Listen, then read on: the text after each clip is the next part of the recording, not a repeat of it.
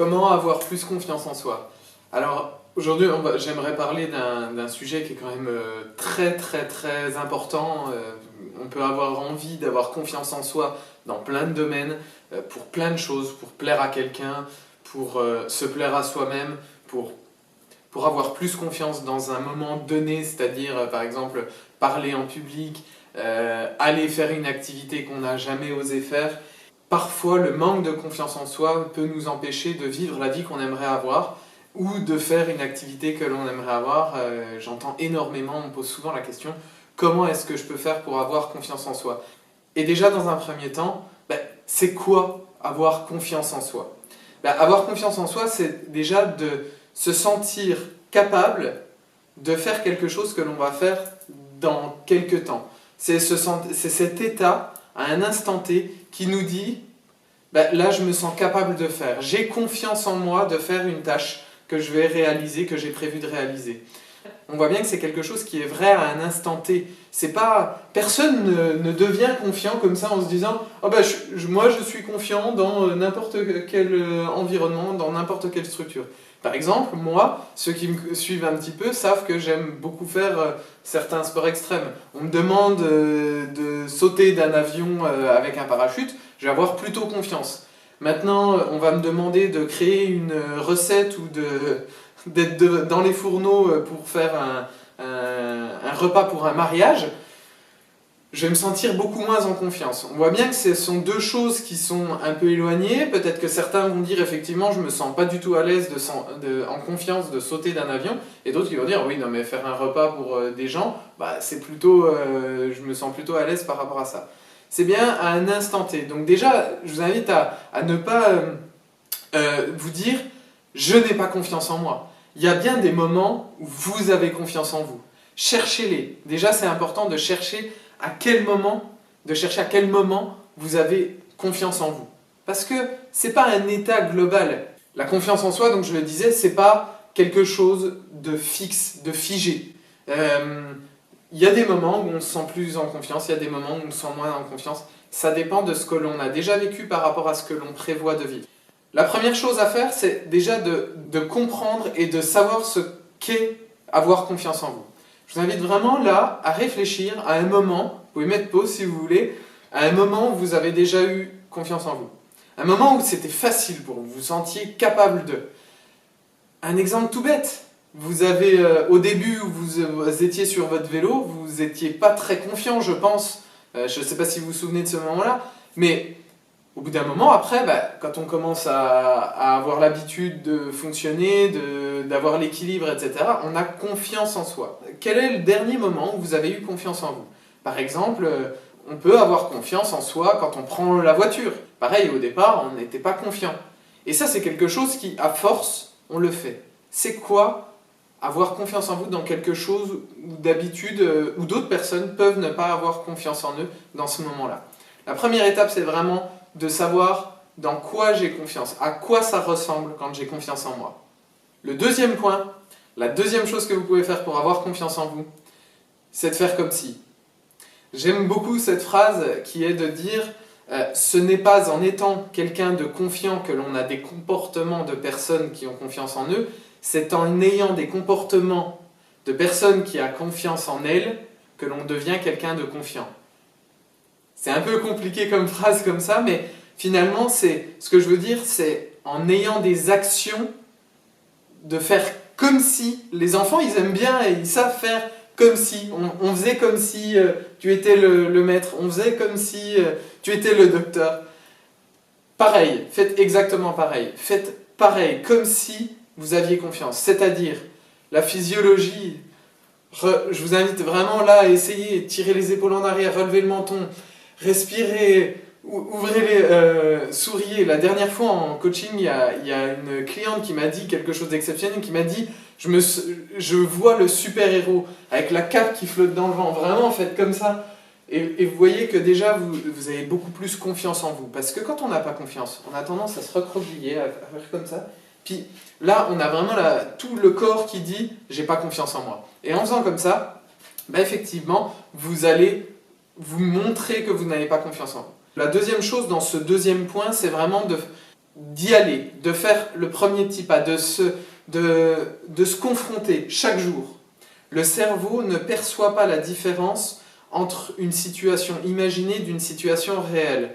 Donc, si vous avez quelque chose, un événement qui va arriver, où vous savez que vous allez vous confronter à quelque chose où naturellement, normalement, vous n'avez pas confiance en vous, je vous invite à vraiment vous projeter dans cette situation et de vous imaginer avec le maximum de confiance. À quoi ça ressemble? Parce qu'aujourd'hui, vous imaginez peut-être ne pas avoir confiance. Mais à l'inverse, imaginez-vous à quoi ça ressemblerait, vous, votre même personne, avec toute cette confiance.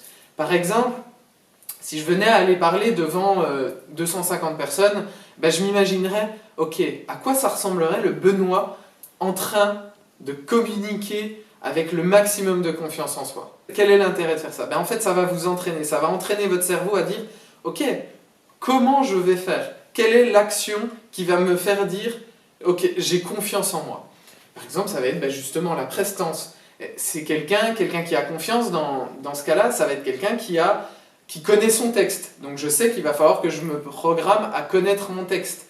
Quelqu'un qui va se dire également plus à l'aise, souriant. Et dans ce cas-là, je sais qu'il va falloir que je souris et me concentrer sur tous ces petits points. Finalement, je vais être 100% responsable de ce que je vais mettre en place. Et donc, si je me sens responsable, j'ai beaucoup plus confiance en moi. Le fait de s'imaginer, vous allez donc prévoir votre cerveau à imaginer la situation que vous allez vivre. En faisant ça, vous allez être beaucoup plus à l'aise à partir du moment où vous allez rencontrer la situation. C'est comme si vous enlevez la surprise. C'est comme si, par exemple, vous saviez ce qui allait se passer. Vous allez programmer votre cerveau. Et dans ces cas-là, je vous invite vraiment à imaginer la situation idéale, la situation qui se passe bien avec quelques imprévus, et puis la situation catastrophique. Dans ce cas-là, vous allez vous programmer à réagir peu importe dans quelle situation. Et c'est dans ces cas-là où vous allez avoir confiance. Parce qu'imaginez, vous vous programmez à chaque fois à savoir comment réagir. Et est-ce que ce ne serait pas ça finalement la confiance en soi? C'est d'être à l'aise dans peu importe quelle situation. Le troisième point, finalement, la confiance en soi, c'est d'être à l'aise dans une situation non aisante, dans une situation inconfortable. Comment faire ça?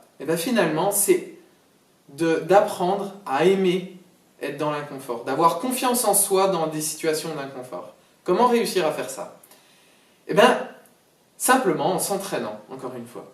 En s'entraînant à chaque jour, chaque semaine, se confronter et se dire qu'est-ce que je vais faire qui va sortir de ma zone de confort? Pour que finalement j'ai confiance en moi.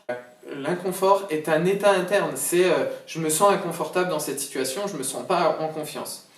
Si vous arrivez chaque jour à sortir de cette fameuse zone de confort, à votre avis, qu'est-ce qui va se passer?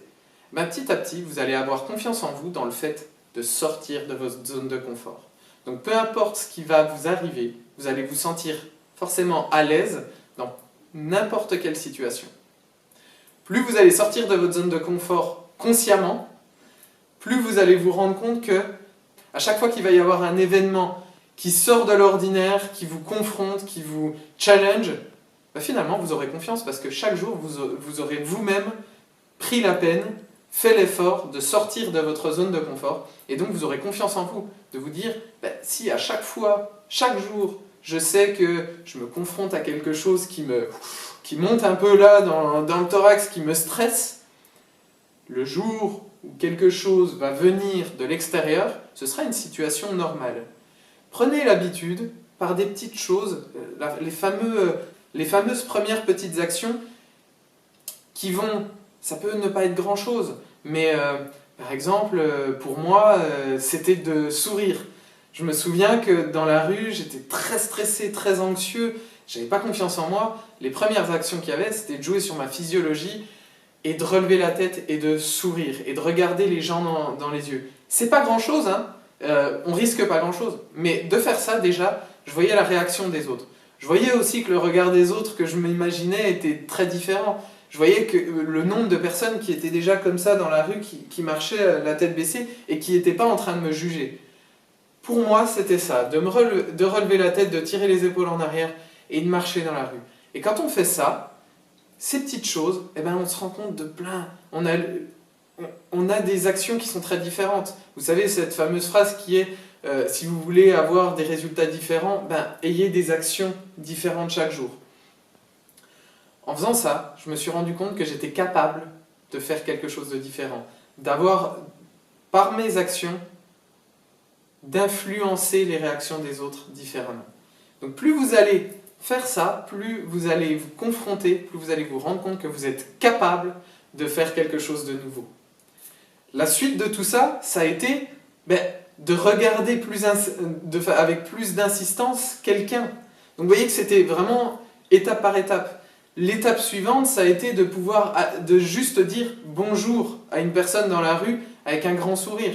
Alors oui, il y a des personnes qui se demandent ce qui est en train de se passer parce que pour eux, c'est pas cohérent. Mais je vous invite vraiment à faire ces petites choses. Parce que l'étape suivante, je vous laisse imaginer ce que c'était, c'était juste d'aller voir la personne et puis de dire bonjour et d'entamer une discussion.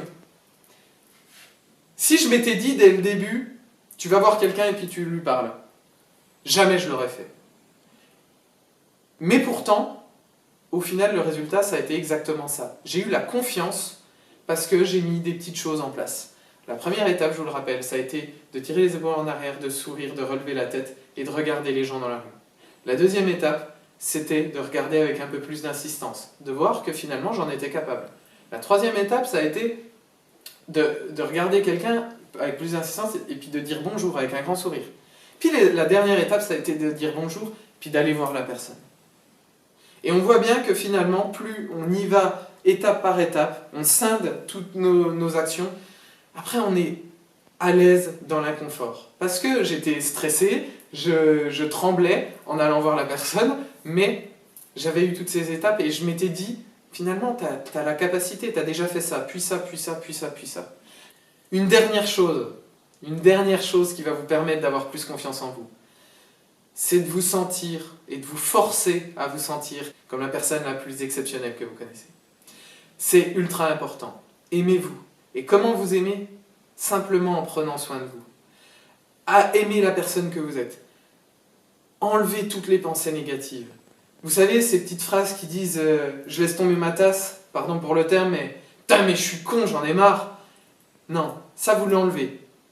Remplacez ce terme et aimez-vous. Soyez le plus bienveillant possible avec vous.